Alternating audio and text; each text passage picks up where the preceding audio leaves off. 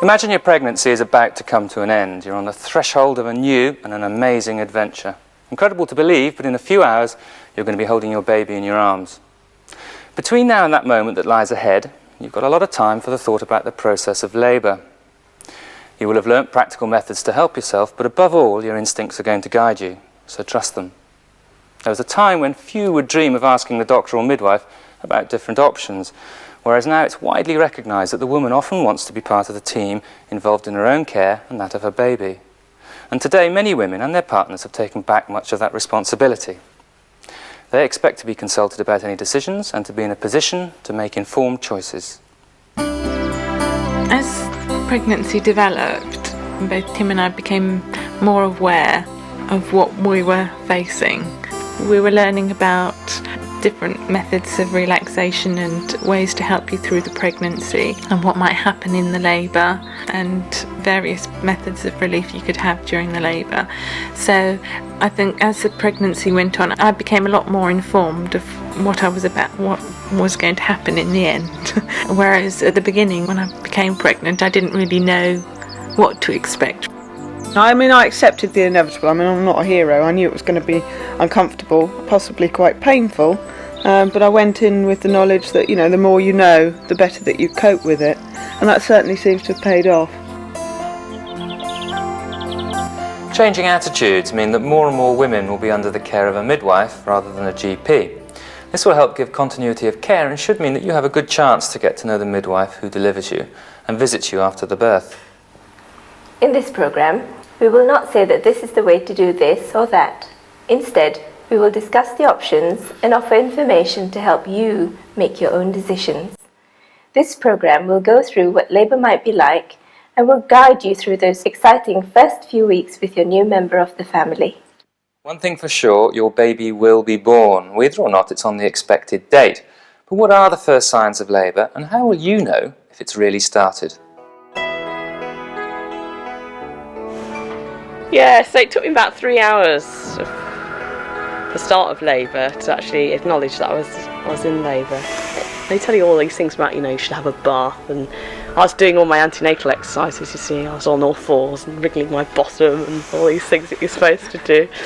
And I was doing all this without sort of thinking I was really in labour, because I just wouldn't accept, you know, that this baby could possibly come 2 weeks early. So I woke you up after about 6 in the morning and I said, oh, I'm in a lot of pain. And you said, oh, well, ring up the midwife. I said, no, it's far too early. I can't go around disturbing the midwives. Can't ring them up yet. You rang up the midwife. And then she was asking what it was like, so I was saying various things, but then I had to hand the phone over to Rachel. Get out of the bath and go. Explain exactly what the pain was like. So she said, I think you better come in.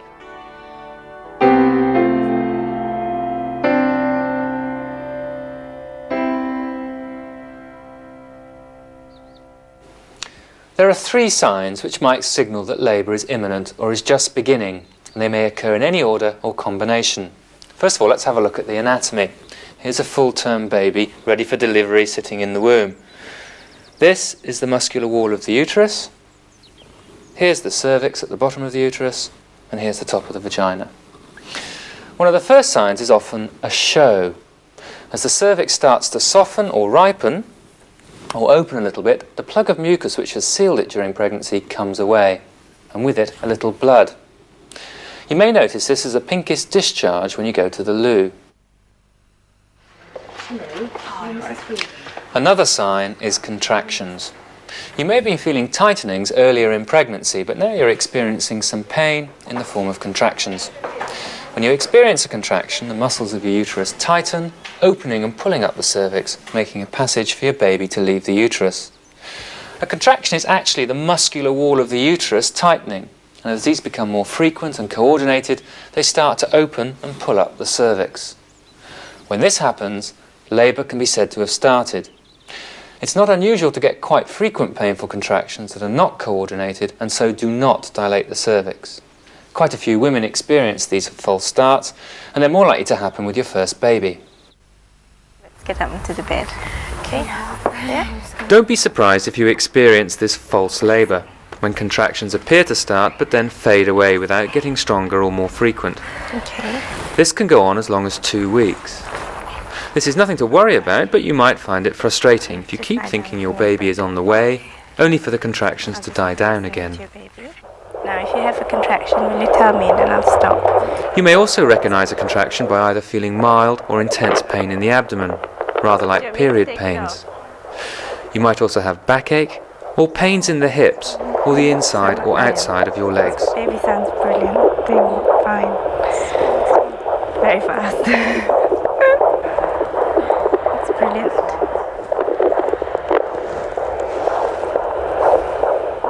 Many midwives suggest contacting the local hospital when your contractions are coming about 5 minutes apart and lasting a minute. But if you feel uncomfortable and feel you would rather move to where your baby will be born, you can contact them sooner. If you're going to hospital and you're unsure about the stage your contractions have reached, you can phone the labour ward. You'll be able to talk to a midwife who can help you decide if you need to come in or whether you might be better off staying at home for a while. Once we got over the initial shock that it was going to be early, then you find nature takes over. I personally became very serene, and I remember waking Tim up when we were at his parents' to say, I think my waters have gone. I had been sitting on the sofa for 6 hours, quietly making notes of the timings of my contractions, to ring up the midwife to say, and you, again, as Tim said, you go onto autopilot. Nature takes over. And your body tells you this really is happening, and you just go with it. Another sign that labour is about to start is the breaking of the waters.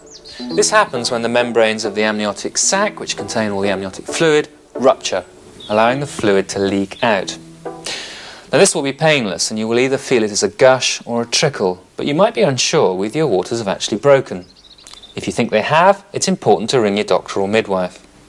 This is because occasionally the cord can become squeezed if the baby moves down quickly as the waters break. Also, once the waters have broken, some doctors and midwives believe it's best to have your baby within 24 hours because there is a risk of infection. Others feel that as long as your temperature remains normal, there's no reason to induce labour.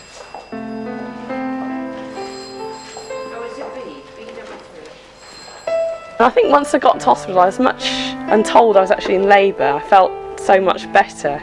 I think I was in quite a state, wasn't I, when I first arrived? Just because I sort of thought, oh, I'm actually in labour now. I'd sort of been fighting, trying to accept that I was in labour. And I thought, I was worried that it was a false alarm, and I was sort of putting all these nurses to sort of trouble, and, it was still about 7 in the morning or something silly. I was actually 4 centimetres dilated by the time we got there. That was quite good going. So I knew, because I'd been told the first 4 centimetres were the hardest. And I sort of got over those without, really sort of noticing that much. So I sort of felt we were well on the way.